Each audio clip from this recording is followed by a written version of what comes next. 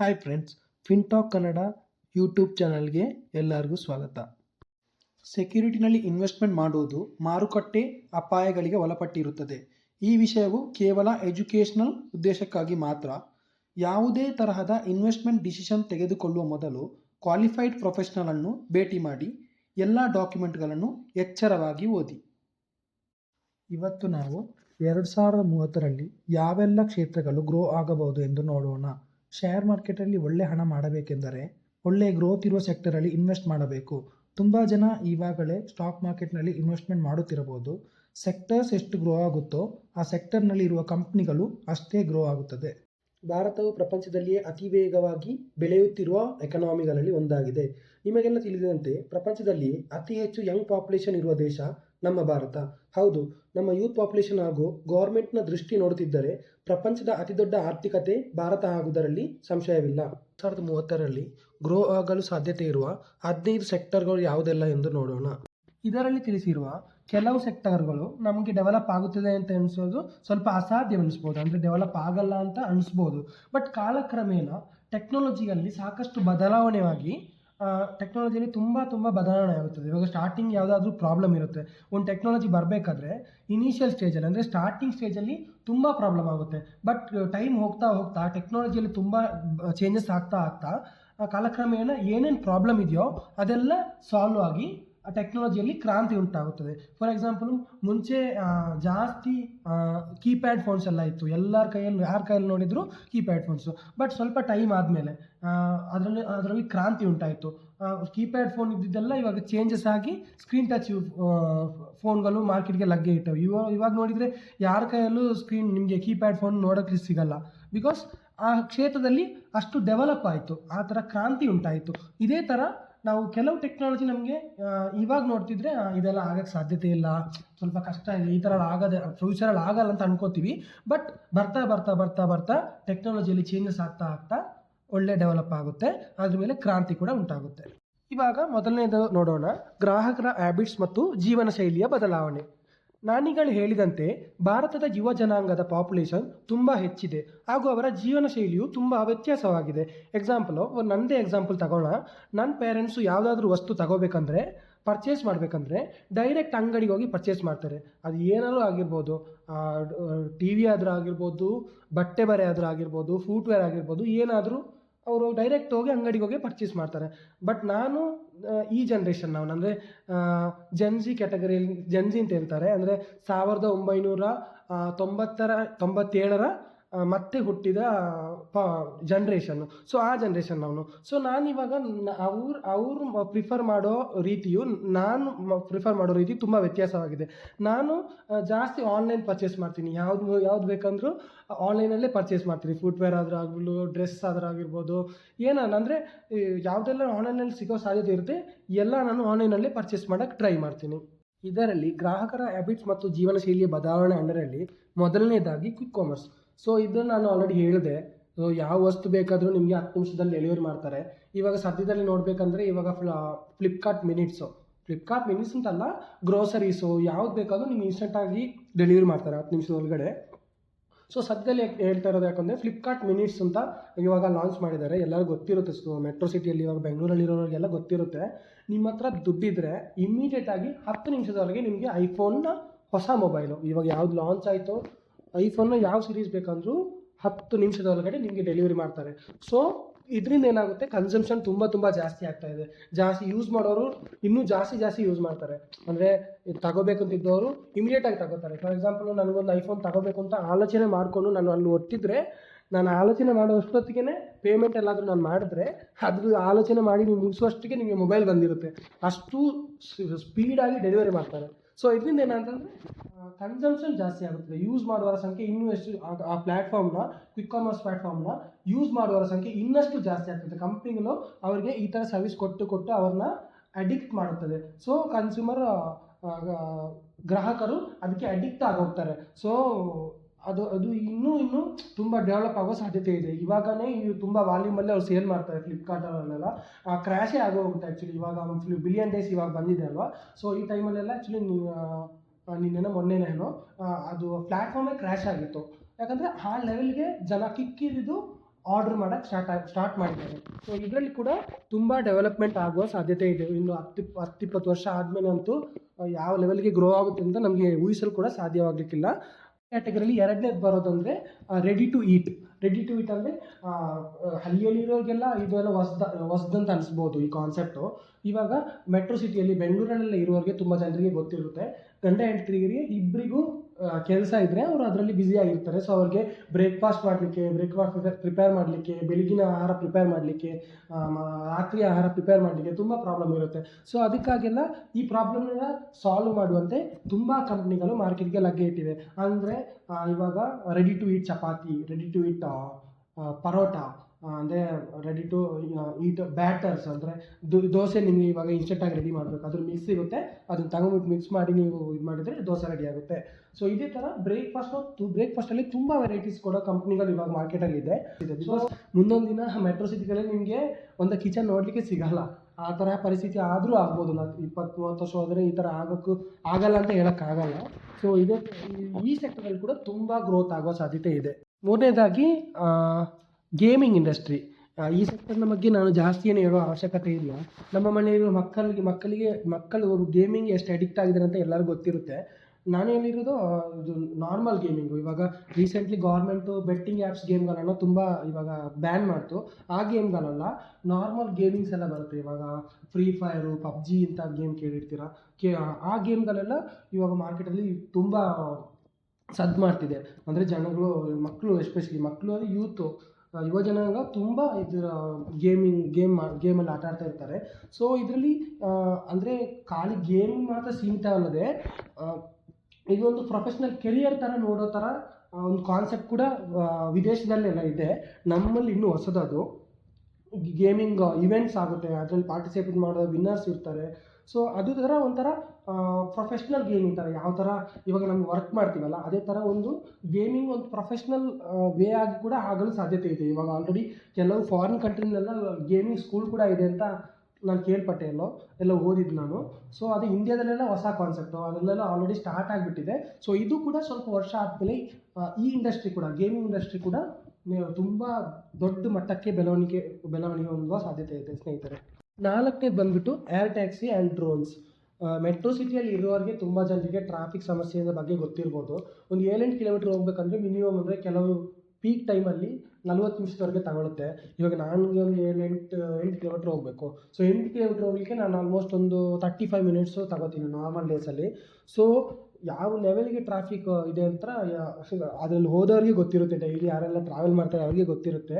So ದಿನೇ ಬರ್ತಾ ಇದ್ದಂಗೆ, ಇನ್ನೂ ಪಾಪ್ಯುಲೇಷನ್ ಜಾಸ್ತಿ ಆದಂಗೆ ಮೆಟ್ರೋ ಸಿಟಿಲಿ ಇನ್ನೂ ಟ್ರಾಫಿಕ್ ಸಮಸ್ಯೆ ಜಾಸ್ತಿ ಆಗೋ ಸಾಧ್ಯತೆ ಇರುತ್ತೆ. ಸೊ ಇದನ್ನೆಲ್ಲ ಇಟ್ಕೊಂಡು ಏರ್ ಟ್ಯಾಕ್ಸಿ ಕಾನ್ಸೆಪ್ಟ್ ಬರೋ ಚಾನ್ಸಸ್ ಇದೆ. ಅಂದರೆ ಓಲಾ, ಊಬರ್ ಯಾವ ಥರ ರೋಡಲ್ಲಿ ಸರ್ವಿಸ್ ನಡೆಸುತ್ತೋ ಅದೇ ಥರ ಫ್ಯೂಚರಲ್ಲಿ ಹಾರುವ ಟ್ಯಾಕ್ಸಿಗಳು ಬರುವ ಸಾಧ್ಯತೆ ಇದೆ.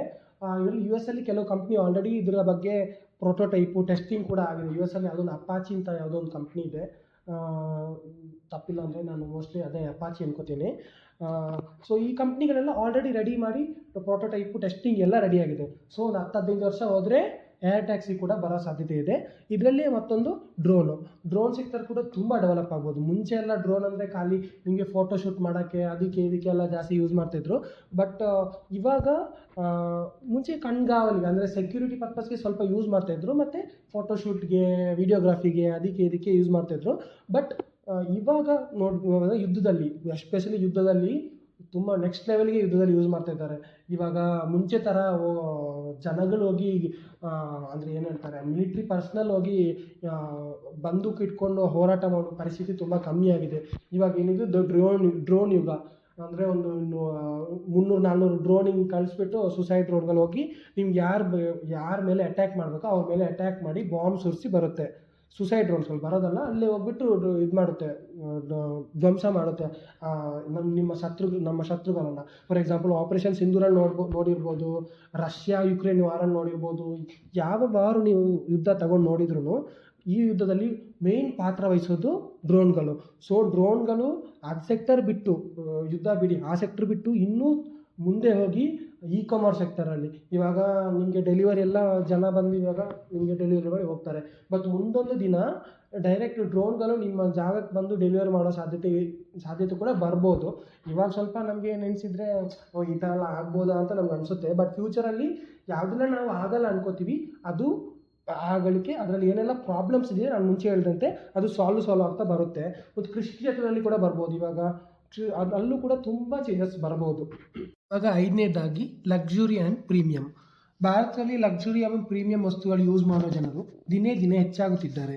ಇವಾಗ ಮೆಟ್ರೋ ಸಿಟಿಯಲ್ಲಿ ಬಿಡಿ, ಇವಾಗ ಎಲ್ಲರೂ ಪ್ರೀಮಿಯಂ ವಸ್ತುಗಳು ಯೂಸ್ ಮಾಡೋದು, ಬ್ರ್ಯಾಂಡೆಡ್ ವಸ್ತುಗಳೇ ಆಗಬೇಕು.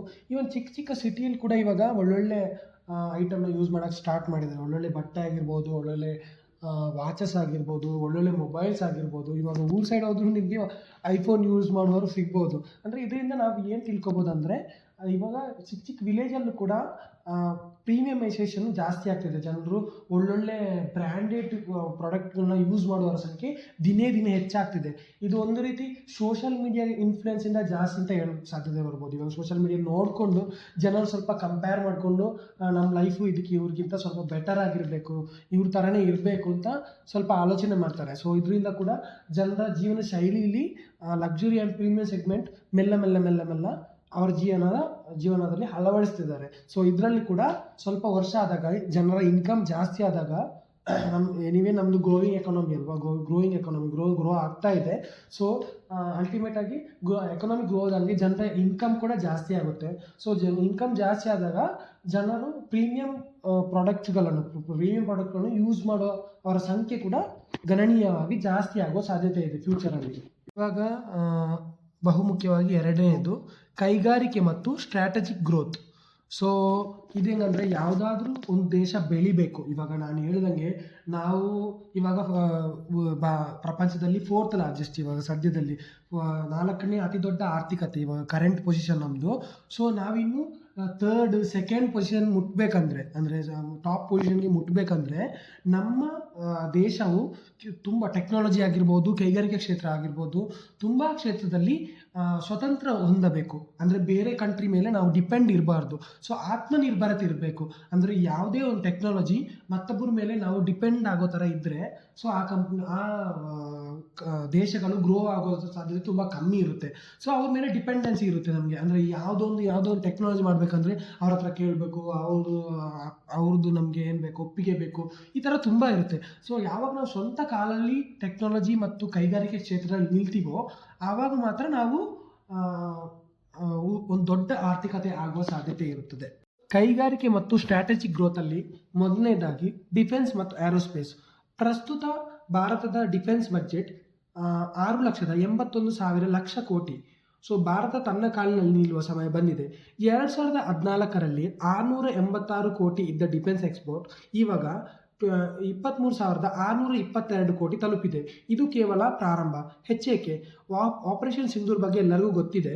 ನಮ್ಮ ಸ್ವದೇಶಿ ಬ್ರಹ್ಮೋಸ್ ಮಿಸೈಲ್ ಮತ್ತು ಆ್ಯಂಟಿ ಡಿಫೆನ್ಸ್ ಆಕಾಶ್ ಮಿಸೈಲ್ ಮತ್ತು ಬರಾಕ್ ಸಿಸ್ಟಮ್ಗಳು ಯಾವ ತರಹ ತಮ್ಮ ತಾಕತ್ತು ತೋರಿಸಿದೆ ಅಂತ ನಾವೀಗಲೂ ನೋಡಿದ್ದೀವಿ.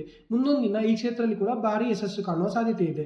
ಬಿಕಾಸ್ ಈ ಆಪರೇಷನ್ ಸಿಂಧೂರ್ ಆದಮೇಲೆ ಬ್ರಹ್ಮೋಸ್ ಆಗಿರ್ಬೋದು, ನಮ್ಮ ಮಿಸೈಲ್ ಸಿಸ್ಟಮ್ಸ್ ಆಗಿರ್ಬೋದು, ಎಲ್ಲ ಐಟಮ್ಗಳ ಮೇಲೆ ಇರುವ ಎಲ್ಲ ಉಪಕರಣಗಳ ಮೇಲಿರುವ ಡಿಮಾಂಡ್ ತುಂಬ ಜಾಸ್ತಿ ಆಗಿದೆ. ಅಂದರೆ ತುಂಬ ಕಂಟ್ರಿಗಳು ನಮ್ಮ ಡಿಫೆನ್ಸ್ನ ಕಂಡು ತುಂಬ ಆಕರ್ಷಿತವಾಗಿದೆ. ಅಂದರೆ ನಾವು ನಮ್ಮ ಡಿಫೆನ್ಸು ಆಪರೇಷನ್ ಸಿಂಧೂರಲ್ಲಿ ಪ್ರೂವ್ ಮಾಡುತ್ತಲ್ವ, ಅದರ ತಾಕತ್ತು ಏನು ಅಂತ ತಿಳಿಸ್ತಲ್ವ. ಸೊ ಆಟೋಮೆಟಿಕ್ ಆಗಿ ಡಿಮ್ಯಾಂಡ್ ಕೂಡ ಜಾಸ್ತಿ ಆಗ್ತದೆ. ಸೊ ನಾವು ಮುಂಚೆ ಹೈಯೆಸ್ಟ್ ಇಂಪೋರ್ಟ್ ಮಾಡ್ತಾ ಇದ್ವಿ ಡಿಫೆನ್ಸ್ನ ಯಾವುದೇ ಉಪಕರಣ ಆಗಿರ್ಬೋದು, ಮಿಸೈಲ್ಸ್ ಆಗಿರ್ಬೋದು, ತುಂಬ ಎಲ್ಲ ಜಾಸ್ತಿ ನಾವು ಇಂಪೋರ್ಟ್ ಮಾಡ್ತಾ ಇದ್ವಿ. ಅಂದರೆ ರಫ್ತು ಮಾಡ್ತಾ ಇದ್ವಿ, ನಾವು ಆಮದು ಜಾಸ್ತಿ ಮಾಡ್ತಾ ಇದ್ವಿ. ಸೊ ಇವಾಗ ನಾವು ಆಮದಿಗಿಂತ ರಫ್ತಿನ ಕಡೆಗೆ ಜಾಸ್ತಿ ವಾಲುತ್ತಿದ್ದೇವೆ. ಇದು ಒಂದು ಒಳ್ಳೆಯ ಲಕ್ಷಣ. ಸೊ ಸ್ವಲ್ಪ ವರ್ಷ ಹೋದ್ಮೇಲೆ ಇನ್ನೂ ಕೂಡ ಡಿಫೆನ್ಸ್ ಎಕ್ಸ್ಪೋರ್ಟ್ ಜಾಸ್ತಿ ಹೋಗ್ತಾ ಹೋಗುತ್ತೆ. ಸೊ ಡಿಫೆನ್ಸ್ ಕ್ಷೇತ್ರ ಇನ್ನೂ ಜಾಸ್ತಿ ಡೆವಲಪ್ ಆದಂಗೆ ಆ ಕ್ಷೇತ್ರ ಕೂಡ ತುಂಬ ಡೆವಲಪ್ ಆಗುತ್ತೆ. ಕೈಗಾರಿಕೆ ಮತ್ತು ಸ್ಟ್ರಾಟಜಿಕ್ ಗ್ರೋತಲ್ಲಿ 2ನೇದಾಗಿ ಕಂಡಕ್ಟರ್ಸ್ ಮತ್ತು ಎಲೆಕ್ಟ್ರಾನಿಕ್ಸ್. ಸೆಮಿಕಂಡಕ್ಟರ್ಸ್ ಬಗ್ಗೆ ಭಾರಿ ಚರ್ಚೆ ಆಗುತ್ತಿದೆ. ಎಲ್ಲರಿಗೂ ಗೊತ್ತಿರ್ಬೋದು, ಸೆಮಿಕಂಡಕ್ಟರ್ ತುಂಬ ಜನರಿಗೆ ಗೊತ್ತಿರ್ಬೋದು ಎಲ್ಲೆಲ್ಲ ಯೂಸ್ ಆಗುತ್ತದೆ. ಚಿಕ್ಕ LED ಇಂದ ಹಿಡಿದು ರಾಕೆಟ್ನವರೆಗೆ, ATM ಕಾರ್ಡ್ನಿಂದ ಹಿಡಿದು ಮಕ್ಕಳ ರಿಮೋಟ್ ಕಾರ್ನಲ್ಲಿ ಕೂಡ ಸೆಮಿಕಂಡಕ್ಟರ್ಸ್ ಇರುತ್ತದೆ. ಹೌದು ಸ್ನೇಹಿತರೆ, ಮನುಷ್ಯನಿಗೆ ನರ್ವಸ್ ಸಿಸ್ಟಮ್ ಯಾವ ಥರ ಬಾಡಿ ಮತ್ತು ತಲೆಗೆ ಕನೆಕ್ಷನ್ ಕೊಡುತ್ತದೋ ಅದೇ ಥರ ಉಪಕರಣಗಳಿಗೆ ಸೆಮಿಕಂಡಕ್ಟರ್ಸ್ ಕನೆಕ್ಷನ್ ನೀಡುತ್ತದೆ. ಇಂಡಿಯನ್ ಗೌರ್ಮೆಂಟ್ ಕೂಡ ಸೆಪ್ಟೆಂಬರ್ ಮಂತಲ್ಲಿ ಅಂದರೆ ಇದೇ ಮಂತಲ್ಲಿ ಸೆಮಿಕಾನ್ ಇಂಡಿಯಾ ಎನ್ನುವ ಪ್ರೋಗ್ರಾಮ್ ಕೂಡ ಲಾಂಚ್ ಮಾಡಿತ್ತು. ಸೊ ಇದರಿಂದ ನಮ್ಗೆ ಏನು ಅರ್ಥ ಆಗ್ತಿದೆ ಅಂದರೆ ಇದರಲ್ಲಿ ಕೂಡ ಗೌರ್ಮೆಂಟ್ ತುಂಬ ಇಂಟ್ರೆಸ್ಟ್ ತೋರಿಸ್ತಾ ಇದೆ. ಸೆಮಿಕಂಡಕ್ಟರ್ಸ್ ಇಂಡಸ್ಟ್ರಿನೂ ಇನ್ನೂ ತುಂಬ ಎತ್ತರಕ್ಕೆ ಕೊಂಡೋಗುವಂಥ ಎಲ್ಲ ಸಾಧ್ಯತೆಗಳು ತುಂಬ ಸ್ಪಷ್ಟವಾಗಿ ಕಾಣುತ್ತಿದೆ. ಸೊ ಈ ಸೆಕ್ಟರ್ ಕೂಡ ಫ್ಯೂಚರಲ್ಲಿ ತುಂಬ ಗ್ರೋ ಆಗುವ ಸಾಧ್ಯತೆ ಇದೆ. ಕೈಗಾರಿಕೆ ಮತ್ತು ಸ್ಟ್ರಾಟಜಿಕ್ ಗ್ರೋತಲ್ಲಿ ಮೂರನೇದಾಗಿ ಇನ್ಫ್ರಾಸ್ಟ್ರಕ್ಚರ್ ಬೂಮ್. ಇನ್ಫ್ರಾಸ್ಟ್ರಕ್ಚರ್ ಎಂದರೆ ಇನ್ಫ್ರಾಸ್ಟ್ರಕ್ಚರ್ ಅಂದರೆ ರೋಡ್, ರೈಲ್ವೆ ಸಿಸ್ಟಮ್, ಎಕನಾಮಿದು ಅದು ಇನ್ಫ್ರಾಸ್ಟ್ರಕ್ಚರ್ ಅಂತ ಹೇಳಿದರೆ ಅದು ಒಂಥರ ಬೆನ್ನು ಮೂಳೆ ಇದ್ದಂಗೆ, ಬ್ಯಾಕ್ ಬೋನ್ ಥರ. ಸೊ ಇನ್ಫ್ರಾಸ್ಟ್ರಕ್ಚರ್ ಗ್ರೋ ಆದಾಗೆ ಆಟೋಮೆಟಿಕ್ಕಾಗಿ ಕಂಟ್ರಿ ಕೂಡ ಗ್ರೋ ಆಗುತ್ತದೆ. ಸೊ ಫಾರ್ ಎಕ್ಸಾಂಪಲ್ ಒಂದು ಎಕ್ಸಾಂಪಲ್ ತಗೊಂಡೆ, ಒಂದು ವಸ್ತುವು 2015ರಲ್ಲಿ ಒಂದು ಮಾರ್ಕೆಟ್ ತಲುಪಬೇಕಾದರೆ 2 ಗಂಟೆ ತಗೋತಿದ್ದರೆ 2025ರಲ್ಲಿ ಅದೇ ವಸ್ತುವು ಅದೇ ಜಾಗವನ್ನು ತಲುಪಲು 1 ಗಂಟೆ ಕಮ್ಮಿ ತೆಗೆದುಕೊಂಡರೆ ಅದು ನಮ್ಮ ಎಕನಾಮಿ ಮೇಲೆ ಡೈರೆಕ್ಟಾಗಿ ಇಂಪ್ಯಾಕ್ಟ್ ಬೀಳುತ್ತದೆ. ಮುಂಚೆ 2 ಗಂಟೆ ತಗೊಳ್ತಾ ಇತ್ತು ಒಂದು ವಸ್ತು ಒಂದು ಜಾಗ ತಲುಪಬೇಕಂದ್ರೆ. ಸೊ ಅದೇ ಜಾಗವನ್ನು ತಲುಪಬೇಕಂದ್ರೆ ಇವಾಗ 1 ಗಂಟೆ ತಗೊಂಡ್ರೆ ನಮಗೆ ಅಲ್ಲೇ 1 ಗಂಟೆ ಲಾಭ ಆಗುತ್ತದೆ. ಸೊ ನಾವು ಅಷ್ಟು ಸ್ಪೀಡಾಗಿ ಗ್ರೋ ಆಗ್ತೇವೆ. ಸೊ ಮಾರ್ಕೆಟಲ್ಲಿ ಆ ವಸ್ತು ಕೂಡ ತುಂಬ ಬೇಗವಾಗಿ ಮೂವ್ ಆಗುತ್ತೆ. ಸೊ ಅದೇ ಥರ ಅದು ಎಕನಾಮಿ ಕೂಡ ಕಾಂಟ್ರಿಬ್ಯೂಷನ್ ಆಗುತ್ತದೆ. ಇದೊಂದು ಸಣ್ಣ ಎಕ್ಸಾಂಪಲ್ ಮುಖಾಂತರ ನಾನು ತಿಳಿಸ್ತಾ ಇದ್ದೇನೆ. ಸೊ ಇದು ದೊಡ್ಡ ಲೆವೆಲಲ್ಲಿ ನೋಡಬೇಕಾದ್ರೆ ಎಕನಾಮಿಯಲ್ಲಿ ತುಂಬ ದೊಡ್ಡ ಚೇಂಜಸ್ ಬರುತ್ತದೆ. ಸೊ ಇನ್ಫ್ರಾಸ್ಟ್ರಕ್ಚರ್ ಖಾಲಿ ಅದು ಮಾತ್ರ ಬರಲ್ಲ. ರೋಡ್ ಆಗಿರ್ಬೋದು, ರೈಲ್ವೆ ಆಗಿರ್ಬೋದು, ಬ್ರಿಡ್ಜ್ ಆಗಿರ್ಬೋದು, ಸಿಕ್ಕಾಪಟ್ಟೆ ಸೆಕ್ಟರ್ ತುಂಬ ಕಂಪ್ನಿಗಳಿದೆ. ಮೆಟ್ರೋ ಆಗಿರ್ಬೋದು. ಸೊ ಇದೆಲ್ಲ ಇದರಲ್ಲೇ ಬರುತ್ತೆ, ಇನ್ಫ್ರಾಸ್ಟ್ರಕ್ಚರಲ್ಲೇ ಬರುತ್ತದೆ. ಸೊ ಇದು ಗ್ರೋ ಆಗ್ತಿದ್ದಂಗೆ, ಇನ್ಫ್ರಾಸ್ಟ್ರಕ್ಚರ್ ಗ್ರೋ ಆಗ್ತಿದ್ದಂಗೆ ದೇಶದ ಎಕನಾಮಿ ಕೂಡ ತುಂಬ ಗ್ರೋ ಆಗ್ಬೋದು. ಕೈಗಾರಿಕೆ ಮತ್ತು ಸ್ಟ್ರಾಟಜಿಕ್ ಗ್ರೋತಲ್ಲಿ 4ನೇದಾಗಿ ರಿನ್ಯೂಯಬಲ್ ಎನರ್ಜಿ. ರಿನ್ಯೂಯಬಲ್ ಎನರ್ಜಿ ಅಂದರೆ ವಾತಾವರಣಕ್ಕೆ ಯಾವುದೇ ಹಾನಿಕರವಾಗದೆ ವಾತಾವರಣದಿಂದಲೇ ಸಿಗುವಂಥ ಒಂದು ಎನರ್ಜಿ. ಇದರಲ್ಲಿ solar energy, wind energy, hydro power, bio energy ಈ ಥರ ಬರುತ್ತದೆ. ಸೋಲಾರ್ ಅಂದರೆ ಎಲ್ಲರಿಗೂ ಗೊತ್ತಿರ್ಬೋದು, ಸೂರ್ಯಪ್ರಕಾಶದಿಂದ ತಗೊಳ್ಳೋದು. ವಿಂಡ್ ಎನರ್ಜಿ ಅಂದರೆ ಗಾಳಿಯಿಂದ ಸಿಗುವ ಎನರ್ಜಿ. ಹೈಡ್ರೋ ಪವರ್ ಅಂದರೆ ಡ್ಯಾಮ್ಗಳು, ನೀರಿನಿಂದ ಸಿಗುವ ಎನರ್ಜಿ. ಬಯೋ ಎನರ್ಜಿ ಅಂದರೆ ಯಾವುದು ವೆಜಿಟೇಬಲ್ ವೇಸ್ಟು ಮತ್ತು ನಮ್ಮದು ಬೆಳೆ ಎಲ್ಲ ಇರುತ್ತಲ್ವ ಅದ್ರದ್ದು ವೇಸ್ಟಿಂದ ಸಿಗುವಂಥ ಎನರ್ಜಿ. ಇದು ಕೂಡ ಇದು ತುಂಬ ಜನರಿಗೆ ಗೊತ್ತಿರುತ್ತೆ. ಇದು ಆಲ್ರೆಡಿ ಇವಾಗ ಗ್ರೋ ಆಗಿದೆ, ಇನ್ನೂ ಕೂಡ ಗ್ರೋ ಆಗ್ಬೋದು. ಸೊ ಇದು ಕೂಡ ಫ್ಯೂಚರಲ್ಲಿ ತುಂಬ ಗ್ರೋ ಆಗುವ ಎಲ್ಲ ಸಾಧ್ಯತೆ ಇದೆ. ಕೈಗಾರಿಕೆ ಮತ್ತು ಸ್ಟ್ರಾಟಜಿಕ್ ಗ್ರೋತಲ್ಲಿ 5ನೇದಾಗಿ ಕ್ಲೈಮೇಟ್ ಟೆಕ್ ಮತ್ತು ಸರ್ಕ್ಯುಲರ್ ಎಕಾನಮಿ. ಸೊ ನಮ್ಮ ಪರಿಸರವು ತುಂಬ ಬದಲಾಗುತ್ತಿದೆ. ಮಳೆ ಬಾರದ ಟೈಮಲ್ಲಿ ಮಳೆ ಬರುತ್ತೆ, ನೀರಿನ ಅಭಾವ ಇವಾಗ ಮುಗಿಲಿದೆ. ಕೆಲವು ಜಾಗದಲ್ಲೆಲ್ಲ ನೀರು ಬೇಸಿಗೆಗಾಲದಲ್ಲಿ ತುಂಬ ಕಮ್ಮಿ ಇದೆ ನೀರು. ಸೊ ಅತಿಯಾದ ಟೆಕ್ನಾಲಜಿಯಿಂದ ಭೂಮಿ ಬೇಸತ್ತಿದೆ. ಸೊ ಮುಂದೊಂದು ದಿನ ನಾವು ಕಡಲ ನೀರನ್ನು ಕೂಡ ಫಿಲ್ಟರ್ ಮಾಡಿ ಯೂಸ್ ಮಾಡಬೇಕಾದಿತ್ತು. ಹೌದು, ಅತೀವ ಪ್ಲಾಸ್ಟಿಕ್ ಯೂಸ್ನಿಂದ ಕೂಡ ಈಗಾಗಲೇ ತುಂಬ ಸಮಸ್ಯೆ ಇದೆ.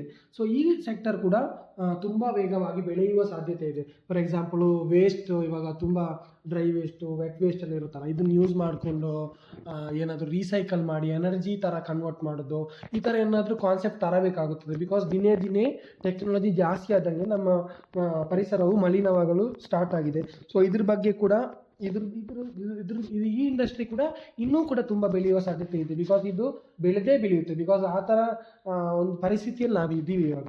ದಿನೇ ಪರಿಸರ ಮಾಲಿನ್ಯ ಆದ ಕಾರಣ. ಸೊ ಇದ್ರ ಬಗ್ಗೆ ಕೂಡ ಒಂದು ಸ್ಟ್ರಿಕ್ಟ್ ಆದ ಆ್ಯಕ್ಷನ್ ಏನಾದರೂ ಬರ್ಬೋದು.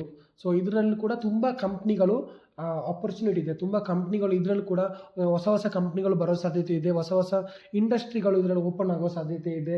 ಸೊ ಫ್ಯೂಚರಲ್ಲಿ ಈ ಸೆಕ್ಟರ್ ಕೂಡ ತುಂಬ ಗ್ರೋತ್ ಆಗುವ ಎಲ್ಲ ಸಾಧ್ಯತೆ ಇದೆ. ಪ್ರಮುಖ 3ನೇದಾಗಿ ಡಿಜಿಟಲ್ ಮತ್ತು ಫೈನಾನ್ಷಿಯಲ್ ಇನ್ಫ್ರಾಸ್ಟ್ರಕ್ಚರ್. ಇದು ಕೂಡ ಬಲು ಮುಖ್ಯವಾದ ಇಂಡಸ್ಟ್ರಿ. ಎಲ್ಲ ಕೂಡ ಡಿಜಿಟಲ್ ಇವಾಗ. ಇದರಲ್ಲಿ ಯಾವ ಸೆಕ್ಟರ್ ಇದೆ ಅಂತ ನೋಡೋಣ. ಇದರಲ್ಲಿ ಮೊದಲನೇದಾಗಿ ಆರ್ಟಿಫಿಷಿಯಲ್ ಇಂಟೆಲಿಜೆನ್ಸ್, ಎ ಐ ಪ್ರತಿ ಕ್ಷೇತ್ರದಲ್ಲಿ ತನ್ನ ಪ್ರಭಾವ ಬೀರಲು ಸ್ಟಾರ್ಟ್ ಮಾಡಿದೆ. Health care, fintechs, robotics, self driving cars, ಹೀಗೆಲ್ಲ ಲೆಕ್ಕವಿಲ್ಲದಷ್ಟು ಸೆಕ್ಟರ್ಸ್ನಲ್ಲಿ ಸ್ಲೋಲಿ ಪ್ರಭಾವ ಬೀರಲು ಸ್ಟಾರ್ಟ್ ಆಗಿದೆ.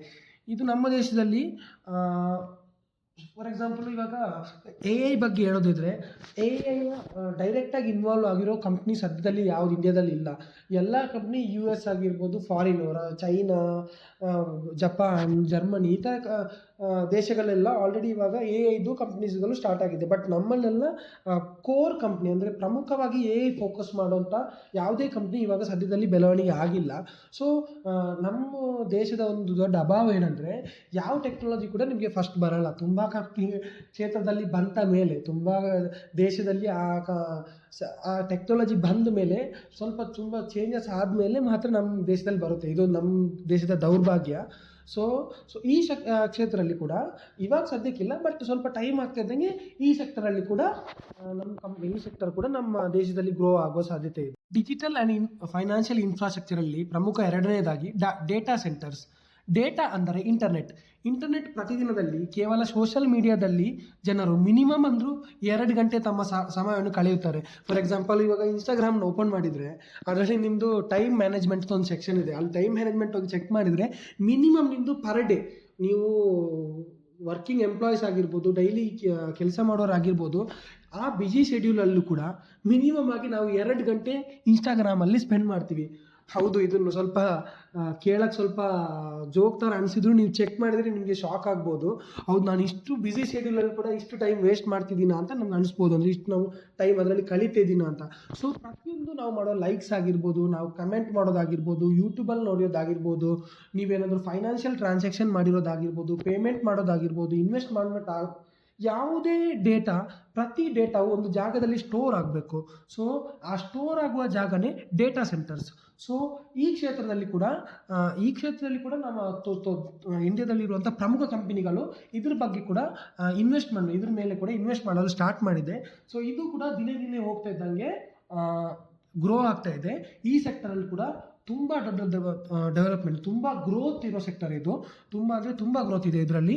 ಸೊ ಬಿಕಾಸ್ ನಾವಿವಾಗ ಸದ್ಯದಲ್ಲಿ ಸ್ಟಾರ್ಟ್ ಮಾಡ್ತಿದ್ದೀವಿ ಇದ್ರ ಬಗ್ಗೆ. ಡೇಟಾ ಸೆಂಟರ್ಸ್ ಇವಾಗ ಇನಿಷಿಯಲ್ ಸ್ಟೇಜಲ್ಲಿ, ಅಂದರೆ ಬಿಗಿನಿಂಗ್ ಸ್ಟೇಜಲ್ಲಿ, ಪ್ರಾರಂಭ ಹಂತದಲ್ಲಿ ಇದೆ ಡೇಟಾ ಸೆಂಟರ್ಸ್ ಇಂಡಿಯಾದಲ್ಲಿ. ಸೊ ಹೋಗ್ತಾಗೆ ಇದರಲ್ಲಿ ಕೂಡ ಒಳ್ಳೆ ಒಂದು ತುಂಬ ದೊಡ್ಡ ಗ್ರೋತ್ ಆಗೋ ಸಾಧ್ಯತೆ ಇದೆ. ಇದರಲ್ಲಿ ಯಾವ ಡೌಟೇ ಇಲ್ಲ. ಬಿಕಾಸ್ ನಾವು ಯಾವ ಥರ ಸೋಷಿಯಲ್ ಮೀಡಿಯಾ ಆಗಿರ್ಬೋದು, ಆನ್ಲೈನ್ ಟ್ರಾನ್ಸಾಕ್ಷನ್ನ ಮಾಡ್ತಿದ್ದೀವಿ ಅಂತ ನಮಗೆ ಗೊತ್ತಿದೆ. ಸೊ ಅದ್ರ ಬೇಸಲ್ಲಿ ನಾನು ಹೇಳ್ತಾ ಇದ್ದೀನಿ, ಇದು ಕೂಡ 100% ಗ್ರೋತ್ ಆಗ್ಬೋದು ಅಂತ ಹೇಳ್ಬೋದು ಈ ಒಂದು ಸೆಕ್ಟರು. ಡಿಜಿಟಲ್ ಮತ್ತು ಫೈನಾನ್ಷಿಯಲ್ ಇನ್ಫ್ರಾಸ್ಟ್ರಕ್ಚರಲ್ಲಿ ಮೂರನೇದಾಗಿ ಅಗ್ರಿಟೆಕ್ ಮತ್ತು ಪ್ರಿಸಿಷನ್ ಫಾರ್ಮಿಂಗ್. ಭಾರತದ GDPಯಲ್ಲಿ ಅಗ್ರಿಕಲ್ಚರ್ ಸೆಕ್ಟರ್ನ ಮಹತ್ವ ಬಹಳ ದೊಡ್ಡದು, ಅಂದರೆ ಪಾತ್ರ ತುಂಬ ದೊಡ್ಡದು. ಇವಾಗ ಸದ್ಯದ ಅಗ್ರಿಕಲ್ಚರ್ ರೀತಿಯಾಗೂ ಸ್ವಲ್ಪ ವರ್ಷ ಕಳೆದರೆ ಇರುವ ಟೆಕ್ನಾಲಜಿಯಲ್ಲಿ ತುಂಬ ಬದಲಾವಣೆ ಆಗ್ಬೋದು. ಫಾರ್ ಎಕ್ಸಾಂಪಲ್, ಇವಾಗ ಕೀಟನಾಶಕವನ್ನು ಜನರು ಸ್ಪ್ರೇಯರ್ ಮೂಲಕ ಪಂಪ್ಗಳ ಸಹಾಯದಿಂದ ಸ್ಪ್ರೇ ಮಾಡುತ್ತಾರೆ. ಇನ್ನು ಮುಂದೊಂದು ದಿನ ಡ್ರೋನ್ಗಳ ಮೂಲಕ ಸ್ಪ್ರೇ ಮಾಡುವ ಟೈಮ್ ಬರಬಹುದು. ಹಾಗೂ ಕೃಷಿಯನ್ನು AI ಸಹಾಯದಿಂದ ಕೂಡ ಉತ್ತಮಗೊಳಿಸುವಂಥ ಒಂದು ವಿಧಾನಗಳು ಕೂಡ ಬರಬಹುದು. ಸೊ ಈ ಸೆಕ್ಟರಲ್ಲಿ ಕೂಡ ಇಂಡಿಯಾವು ಒಂದು ಕೃಷಿ ಪ್ರಧಾನ ದೇಶವಾದ್ದರಿಂದ ಸೊ ಈ ಸೆಕ್ಟರಲ್ಲಿ ಕೂಡ ತುಂಬ ಒಳ್ಳೆ ಡೆವಲಪ್ಮೆಂಟ್ ಬರುವ ಸಾಧ್ಯತೆ ಎಲ್ಲ ಇದೆ.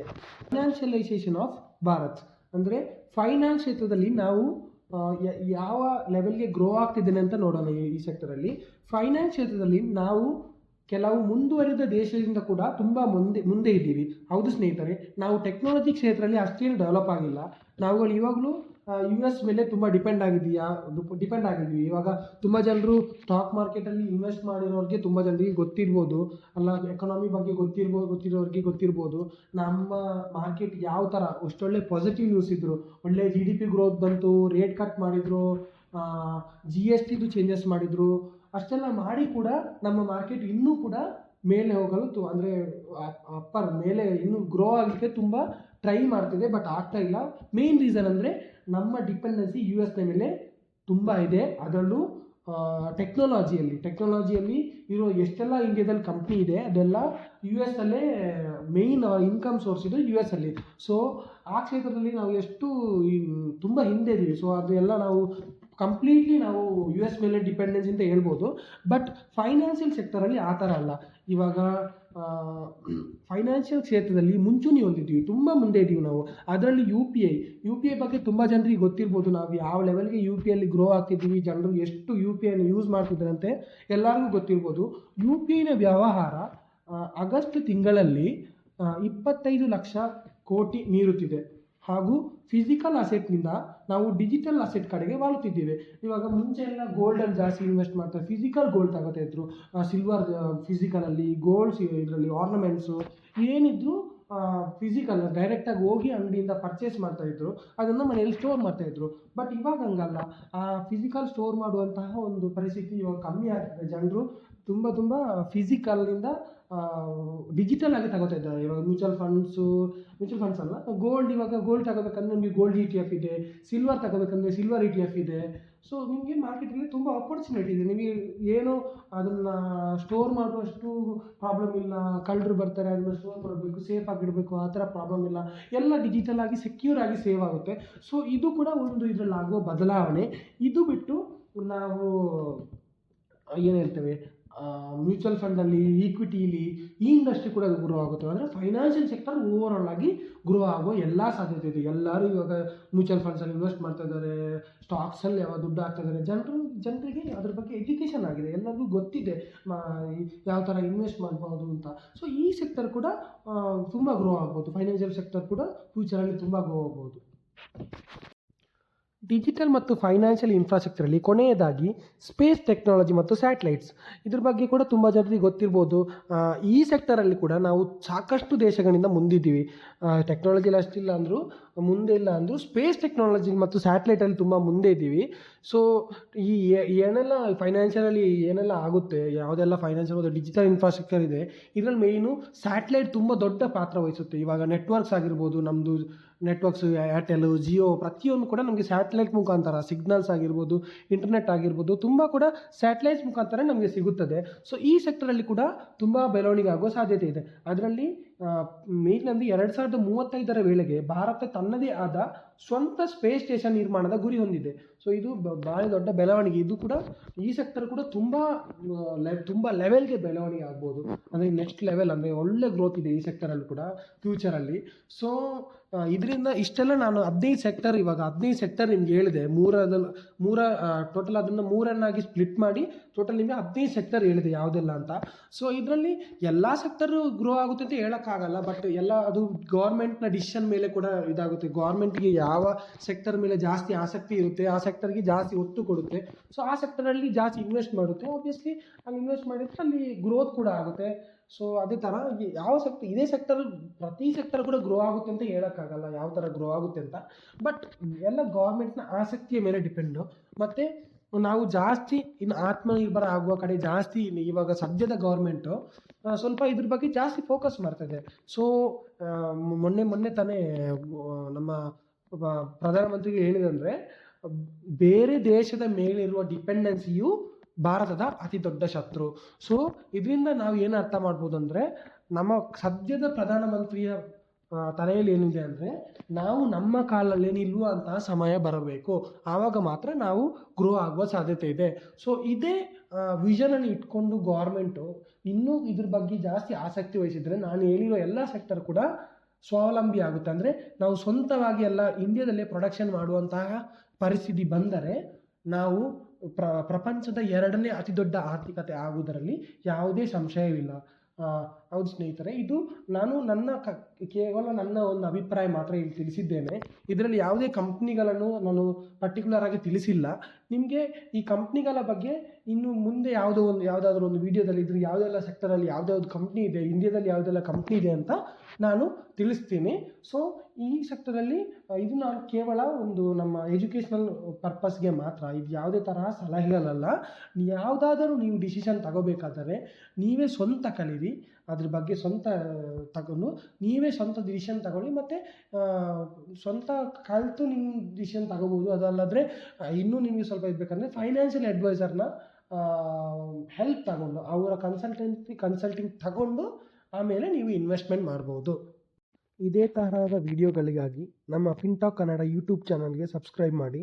ಸೊ ವಿಡಿಯೋ ಸ್ವಲ್ಪ ಲೆಂತಿ ಆಯಿತು, ಬಿಕಾಸ್ ತುಂಬ ಟಾಪಿಕನ್ನು ಎಕ್ಸ್ಪ್ಲೇನ್ ಮಾಡಬೇಕಿದ್ದ ಕಾರಣ ತುಂಬ ಲೆಂತಿಯಾಗಾಯಿತು.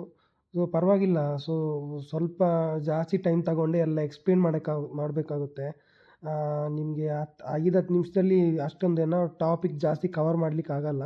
ಸೊ ಅದಕ್ಕೋಸ್ಕರ ಸ್ವಲ್ಪ ಲೆಂತಿ ಆಯಿತು. ಇನ್ನು ಬರುವ ವಿಡಿಯೋದಲ್ಲೆಲ್ಲ ಈ ಲೆಂತನ್ನು ಸ್ವಲ್ಪ ಕಮ್ಮಿ ಮಾಡುವಂಗೆ ಮೇಂಟೈನ್ ಮಾಡೋಣ. ಆದಷ್ಟು ನಾನು ಟ್ರೈ ಮಾಡ್ತೀನಿ, 10-15 ನಿಮಿಷದಲ್ಲಿ ಕವರ್ ಮಾಡೋ ಥರ ಟ್ರೈ ಮಾಡ್ತೀನಿ. ಥ್ಯಾಂಕ್ ಯು ಸ್ನೇಹಿತರೆ.